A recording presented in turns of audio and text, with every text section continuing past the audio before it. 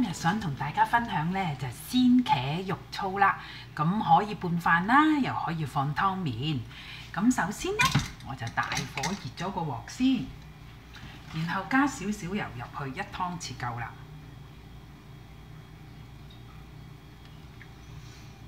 嗱，我而家等油熱，同大家講講個材料啦。我呢度呢就有485g 嘅豬絞肉，另外呢我就有1磅嘅番茄，就切咗一塊塊㗎啦，已經切開咗。我就係揀比較熟啲嘅番茄，因為熟嘅番茄呢就會多汁啲啦。咁就跟住呢，我有一啲呢一陣間要用嘅配料，2條呢個肉桂棒啦，4塊檸檬葉，20g 嘅薑片。我會呢就有用呢度呢就30g 嘅冰糖。咁我另外呢就要一陣間就用㗎啦，就係薑蓉同埋蒜蓉啦。嗱，個鑊熱熱地呢，我首先呢就爆香1湯匙嘅蒜蓉，同埋1湯匙嘅薑蓉。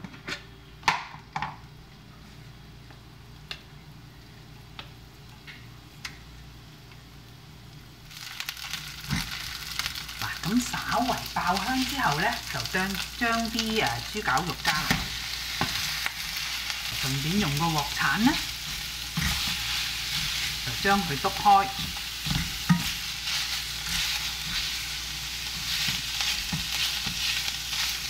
就會加入1/4茶匙嘅白胡椒粉，1/4茶匙嘅鹽，1湯匙味淋。生抽1湯匙，1茶匙老抽，1茶匙白砂糖。好啦，然後我炒下佢啦，計埋炒咗4分鐘到啦，咁倒起佢啦。佢已經8成熟㗎啦，炒到。我哋呢就將啲薑片、檸檬葉、肉桂條擺落去。爆一爆佢，將預先切好嗰一磅番茄呢就倒落去，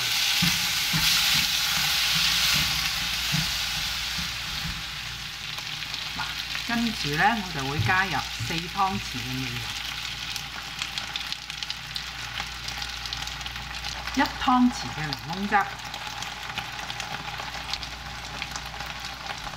，1湯匙茄汁，1湯匙生抽，1茶匙椰汁，另外呢30g 嘅冰糖擺埋落去，攪下佢，就冚住佢，轉細火，就燜佢15分鐘。燜煮咗個醬汁15分鐘，好香喎。咁我哋下一步呢，就將啲肉碎加埋落去啦。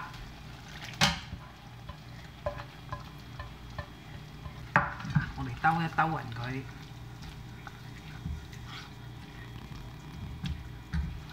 跟住呢冚蓋，嗱由佢冚蓋咁煮佢4分鐘到呢，好快呢就4分鐘咯喎。咁我可以加入一啲青葱粒啦，預先準備好嘅15g 青葱粒到啦。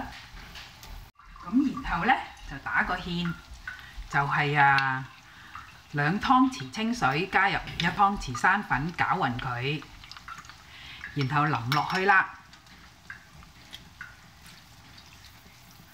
跟住呢就轉翻大火，